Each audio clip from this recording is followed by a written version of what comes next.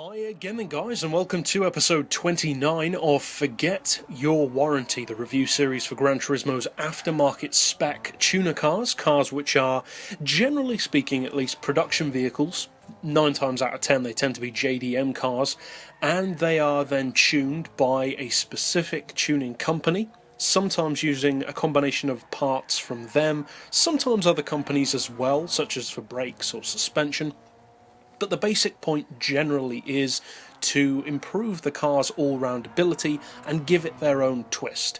Sometimes, of course, it's for competition, be it for drift cars or time attack cars, basically vehicles which are competition spec, but they're not as big and factory-backed as an official, say, GT3 car or a touring car. But at the same time they are definitely competition cars, and sometimes on the other end of the spectrum, but still aftermarket vehicles, you get more of a showcase of what a company may be capable of, the kind of parts that they sell. And that's more so the case from companies like HKS or Roof, those kind of brands which offer parts as well as just complete cars. And also that goes for HPA Motorsports, for instance, where you can buy parts for their cars individually, whereas they basically fit all of their stuff onto a particular car to show what it can do. Now this car is much more of a pure ground-up rethinking of an existing model. A very, very popular existing model, the Honda S2000, which is of course one of the most widely loved sports cars and one of the most widely loved JDM cars ever.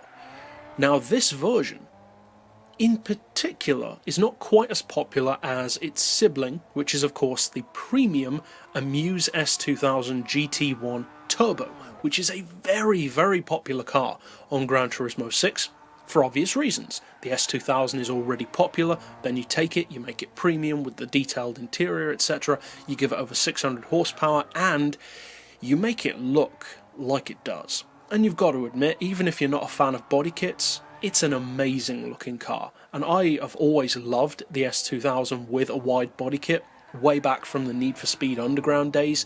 It has always been a car which I think just suits having a wide, chunky body kit. It really accentuates the car's natural shape, which is kind of, I would say, more of a Euro shape than a Japanese shape. It has that kind of Euro style. Now this car is the non-premium version. This is the version which we already had on Gran Turismo before the Turbo, the premium version, was added. We've had this one as far back as Gran Turismo 4, and I've always loved this version more, to be honest. I know that people love the Turbo for obvious reasons, but I actually prefer this one mainly due to the looks. I consider this to be a better looking car, not due to the fact that it's not a premium, but just the actual look of the car I prefer. If you compare the two, there are some pretty big differences between the way that they look, and for me, I just prefer this one. I think that it looks a little sleeker, a little more aggressive, and the front end is a bit chunkier. It has more depth to it, whereas the Turbo has a very narrow, pointed front end, more like a time attack car. And this one, to me, looks more like a snake from the front, and I think that looks fantastic. Now, this car is not as good, put simply. So you could kind of view that as the end of the review here. But for those who are still interested, what can you expect? And is it worse in every way? Or is it close, or at least similar in some ways? Well, it is similar in some. In some ways it's actually exactly the same. You have a price tag of exactly 250,000 credits, just like the Turbo version.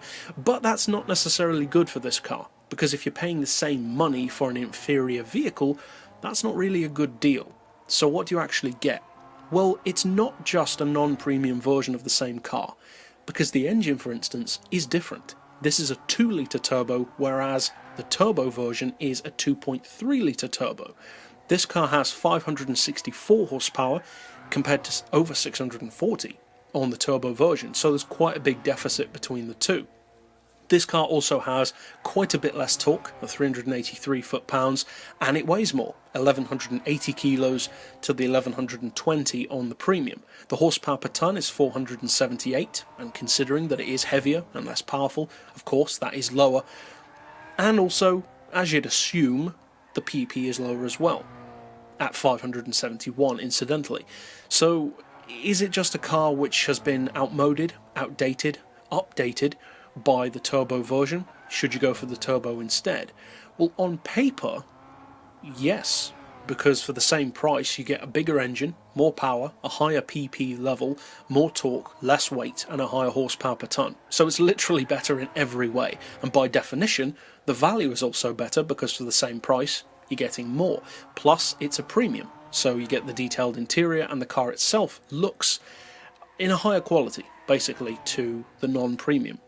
So is this worth getting at all? Well, that depends what kind of collector you are, not necessarily what kind of driver you are, because if you're looking purely for driving ability, then I would probably still recommend the turbo version as it is the better car overall. This vehicle would actually still be the one which I would rather own of the two if I could only keep one of them, mainly because of the looks. As I mentioned earlier, I do prefer the look of this car. And really, that's the only advantage that this car's got going for it. It looks different. And that kind of justifies considering it. It's kind of like the old Spoon Integra scenario, where it's not necessarily better or even as good as the Honda DC2 version, but it looks different. And for some people, that will be enough to consider buying it, because you don't have those kind of visual upgrade options to change the Integra, because it's not a premium car. Now with the GT1 Turbo, it is a premium, but you still can't change the visuals apart from the rims and the paint.